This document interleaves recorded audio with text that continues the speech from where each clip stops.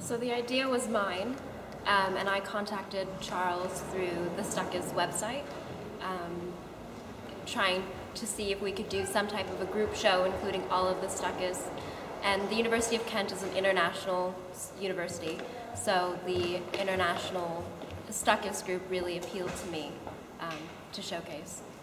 I think one of the things about this exhibition for me is quite simply that everybody's very different. That it's not an exhibition which is pursuing a particular visual style. It's not an exhibition where everybody has to conform to a particular idea about what painting should be doing. And in fact, there are a great many differences in style among the artists. I've always had the impression with Stuckism, and you must remember that I'm not a charter Stuckist, that to some extent it owes a great deal to the British amateur tradition. That is, it sprang, according to my information, essentially out of punk rock. That's where the first taproot, the deepest taproot, is to be found. And it also sprang out of a provincial art scene in the Medway Valley. And one of the characteristics of British art during my lifetime as a critic has been that the provincial scenes were frequently much more radical and much more closely linked to continental equivalents than anything which was happening in London. And before the scene in the Medway Valley, there was the Liverpool scene, which in many ways is very like it, though at the opposite end of England, so to speak. And there's a kind of independence, but there's also a feeling of, okay, anybody can do it if they try. And for example, if one looks here, here are a couple of pictures by Joe Machine. And as you know, of all the Stuckists, Joe is probably the one I know best personally. And he is an entirely self-created autodidactic artist. One of the things which I find very interesting about Joe is that he's also a narrative painter, and that's quite rare nowadays. The pictures here are in fact the biblical narratives. The picture up there is about Lola. And they are, yes, they are personal experiences, but he's telling you a story. And of course, a great deal of contemporary art is most reluctant to do that. That one of the things about Stuckism is not only that it's stuck, as I understand it, but that it is on the whole hostile to abstraction. That it isn't interested, the artists are not interested in the artwork as a thing in itself, existing in isolation, there to be gazed at, delivering only an aesthetic message. Okay, look at this, it gives you aesthetic feelings, no other feelings, baby, don't bother. Well, that's not true here. Whatever you feel about the pictures, they're telling you things about the artists' lives, about their feelings, about the stories they listen to, all of that kind of thing. And that, in a way, does represent a reversion to what Western art has always done. That ever since the Middle Ages, the narrative element was important. It was only some radical aspects of modernism which have been endeavoured to get rid of narrative. Never, I think, very successfully, because people read narrative into things even when they're not supposed to find them there. Um, I think also what there is in this room is a good strong element of British bolshiness, the determination not to be told what to do by higher authorities, that kind of thing. Well, there's a story about Sir Joshua Reynolds, the founder, after all, in a sense, of British Academism, trained as a teenager with a popular but not particularly good portrait painter, got himself to Italy, was looking at the old masters to teach himself something, was asked by a patron whether he'd like an introduction to Pompeo Bertoni, who was the leading academic painter in Rome at that time. Said, "Oh, no, thank you very much, he's got nothing to teach me." Well, I think that you get that kind of attitude a lot among the artists associated with the Stuckist movement, for better or worse. And of course, if you look simply at British art in its modern phase, who, if you count all of the British Isles, who is perhaps the most celebrated modernist painter, certainly the most expensive? Well, the answer is Francis Bacon, who was totally autodidactic. It's always been a great embarrassment to British art schools that they didn't get to teach Fanny anything. One of the things which I also find fascinating about Stuckism, let's come over here. Well,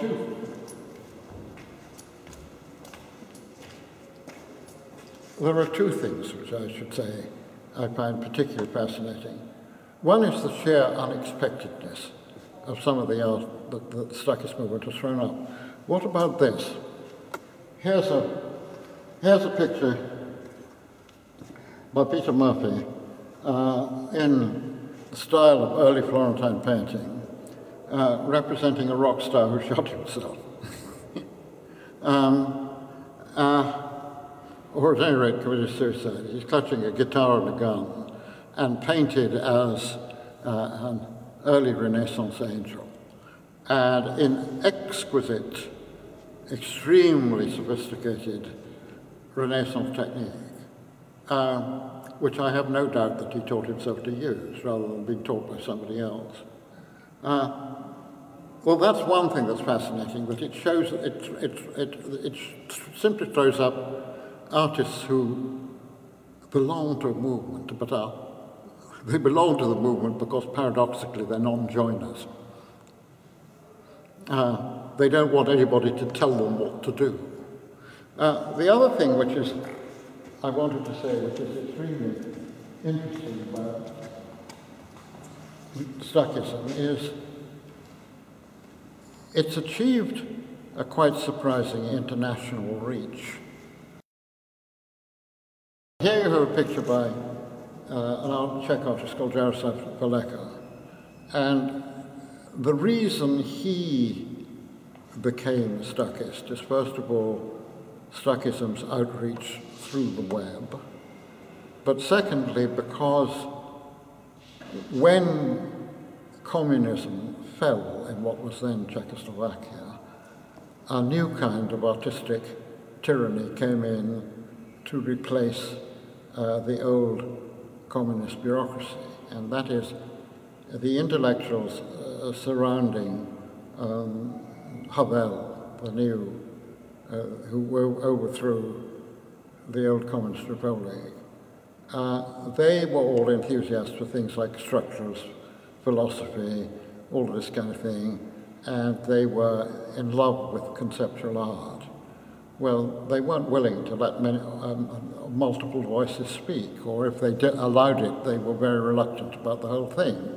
So where did people like Jaroslav go? They found a new home on the web in Stuckism. And I think that is happening a lot. through the Stuckist website, that people think, oh well, we have a climate in our own countries where everybody is busy telling us what to do, excluding us because we simply want to paint. Okay, there's a place to go on the web, and we can find our own community through that. And I think that's been a very interesting and fascinating phenomenon. One of the things I think what you see here is that this exhibition is emphatically not the product of the kind of top-down culture which one finds so often, including in this country, here in Britain, where people are very proud of them, they say, oh, we're being so democratic, oh, we're being so populist, do it our way. I think there are a great many people who think, no, you're not going to tell us what to do. And they run off and become Stuckists. That they want to do it their way. They still feel that the act of making a painting as an object has a value, and that is what they want to do, and they don't want to be told to make videos. They're quite content to let other people make them. They don't want to do performances because perhaps they think they're subconscious, maybe they think the theatre does it better, maybe they simply think it's too ephemeral. They want to go on using art for purposes for which it has historically been used in Western culture. And I think, again, I'd like to conclude by pointing out that there's an irony here, and that is that truly avant-garde movements, revolutionary avant-garde movements, have quite often had their roots in the desire to return to an earlier and better age. That is, they have been retro movements. And I know that Stuckists very often talk about retro art, all this kind of thing. Well, in this they are exactly like the Pre-Raphaelites. The Pre-Raphaelites, who have some claim to be one of the earliest recognizable avant-garde movements, together with the Nazarene painters in Germany. They were people who rejected the official culture of their time and wished to go back to something simpler and earlier. Well, from Pre-Raphaelitism, you can in fact trace all the development since. That is, the Pre-Raphaelites spread the aesthetic movement, which rejected the religious content of Pre-Raphaelitism.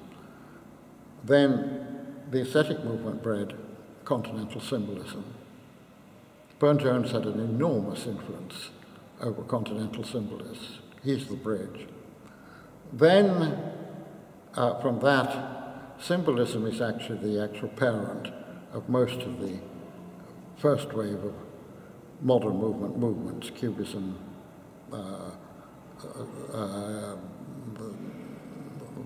Expressionism, eventually Surrealism is very closely connected to symbolism. And the modern movements finally peter out in the rejection of content. That is minimalism. Well, minimalism has created the demise of the modern movement has created an extremely confusing situation where things are always being defined by what they're post. Postmodernism, post-postmodernism. I'm waiting to see in some text, oh, we're talking about postmodernism here. Well, I think the Stuckists are quite rightly, excuse my language, pissed off with all that. And it's a delight to see them being pissed off. I love it. Stuckism has very high aims, basically to change art worldwide and restore it to a mainstream which we think it's gone away from and which it functions best in. Stuckism started with painting because it seems that's something that most of the people involved were doing and where there was the greatest need. There could be Stuckist music, but music works very well. It interacts with its audience in a very healthy way, which people enjoy. Visual art seems to be deficient in that respect. However, people have worked in other media, photography, particularly video, poetry performance, writing, whatever, and said this is Stuckist as well. But there isn't so much of a gap between what you might call Stuckist poetry and good performance poetry anyway. Yeah, Stuckism started really in the mid-70s with a group called the Medway Poets. There was painting as well. This was in the Medway Valley. Some of the core ideas were still there. That was a time which was very heavily influenced by punk, although there was also a feeding in of values and ideas from 1960s counterculture.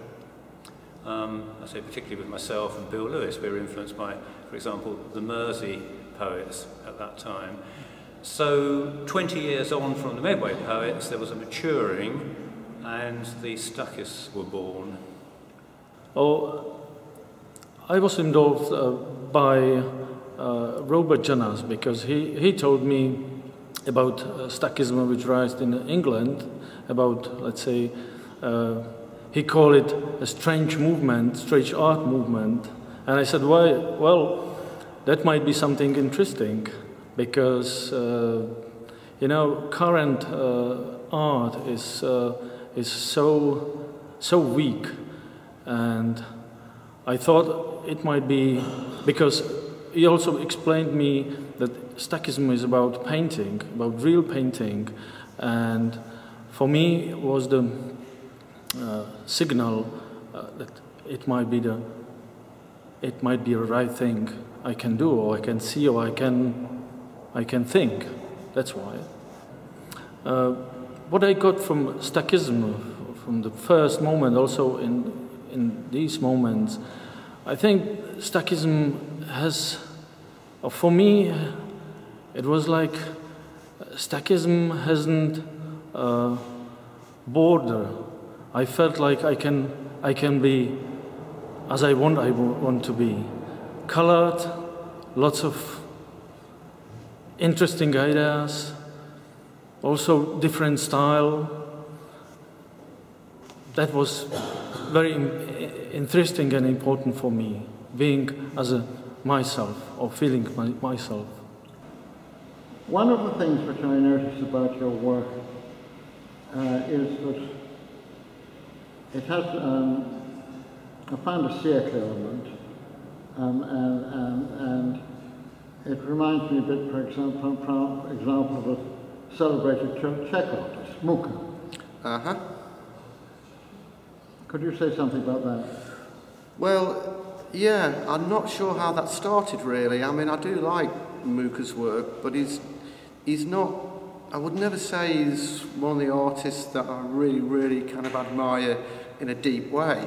I suppose I like, it might be wrong to say this, but I suppose I like the more superficial elements of Mucha's work. I like the decorative elements, and I've always been really drawn towards Art Nouveau, both as a decorative kind of movement, but also kind of as a philosophical movement, and I think it probably came from that, from Art Nouveau generally, as much as from Mucha, you know, himself. But I would be lying if I said I didn't enjoy looking at his work and being influenced by it. But yeah, it's gone. What drew you into the Stuckist movement? How did you originally become part of it? Well, I was painting, and I felt very kind of isolated from the contemporary kind of art world. I just loved painting, and I saw an article in the Sunday Times quite early on. I think it was probably about 2000, 2001. And there were interviews with Charles and Billy Childish, who was the other founder member, with Charles Thompson, and it was really like it was immediate. The connection was immediate, and it reminded me very much of when I first heard punk rock for the first time, when I first heard the Sex Pistols for the first time, when I was an adolescent. it just spoke to me immediately. And that was what happened with Stuckism. I read the manifesto and I thought, I understand this, I appreciate what it's saying, and it spoke to me on quite a deep level, or almost immediately, and I just felt part of it.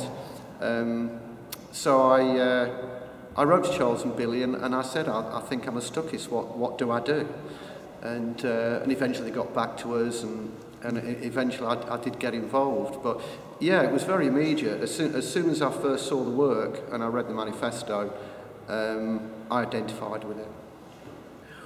Well, I believe that I became involved in Stuckism because I was doing web design at the time the movement started, and I was also painting, and I also agreed with the principle of Stuckism that it was about painting rather than conceptual art, because when I'd been at art college in the 80s, I'd been insulted for doing painting instead of conceptual art, so I related to the ideas of it. And I did think Charles was bringing me on board to do the website, but according to Charles, it was because Sexton Ming, who was one of the founding members, said to Charles, "Oh, my girlfriend paints. Can she join? She's wearing me out." But whether that's, which version is true, I don't know, but yeah, I was there at the beginning.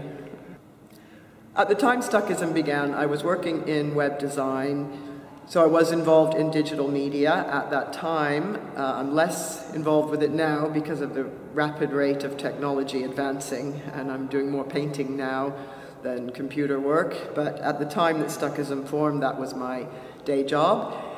And I created the website with Charles, but I actually built the website. The design has not changed much since when it was built. And it's the first art movement that expanded around the world through the World Wide Web, through the internet, and people joined Stuckism in different countries by seeing the Stuckist website. Although Stuckism is a movement about painting, which is a traditional media, Stuckism grew through the internet, which is obviously a very modern thing, and that makes a paradox. But Stuckism is moving forward. People might think that it's backwards because painting is such an old method of making art. But by promoting Stuckism through the internet, it's drawn more people into it and given more people a way of communicating with each other and not being so isolated, because there are people all over the world who are painting, who are expressing themselves, who are expressing modern life, because Stuckism is about painting our lives now. Sometimes paintings are controversial, so it's not just sitting in a field painting a watercolor the way they would have done in the 18th century. It's about, so it is modern, although also traditional.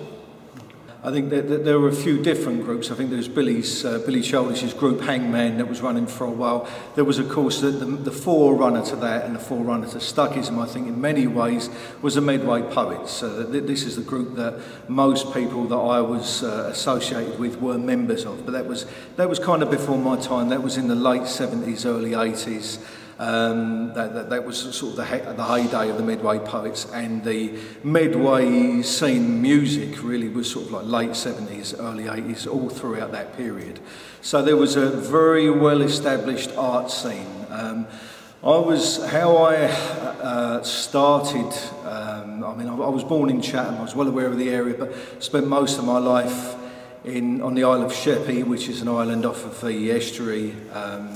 So I'm very much a North Kent boy in that sort of sense. I've been in trouble a lot of my life. I've been in and out of institutions. I was expelled from school. I've been arrested on many occasions. So I think that for me, I think even being part of the writing scene in Medway certainly helped to bring me out of that. It helped to give me a purpose in life. It helped me to realise that there was something else that I could do. I mean, I would have been, if I wasn't involved with Stuckism, God only knows what I would have been doing. Maybe 15 years in prison, something like that, which would have put me more or less is coming out of jail around about now, just about in time for this show. But I mean, that didn't happen. I'm very pleased it didn't happen. You know, I'm very pleased that I've had this involvement with Stuckism.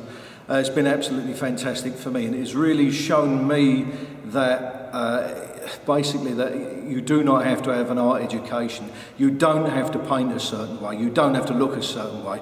That if you are driven, that is really all that matters. If you're driven, if the painting and what you're doing matters to you more than anything else, then you're going to come through and something's going to happen as far as your work is concerned. I think that science is, Stuckism really is the science of what is possible, and I think, you know, that's basically what it's done.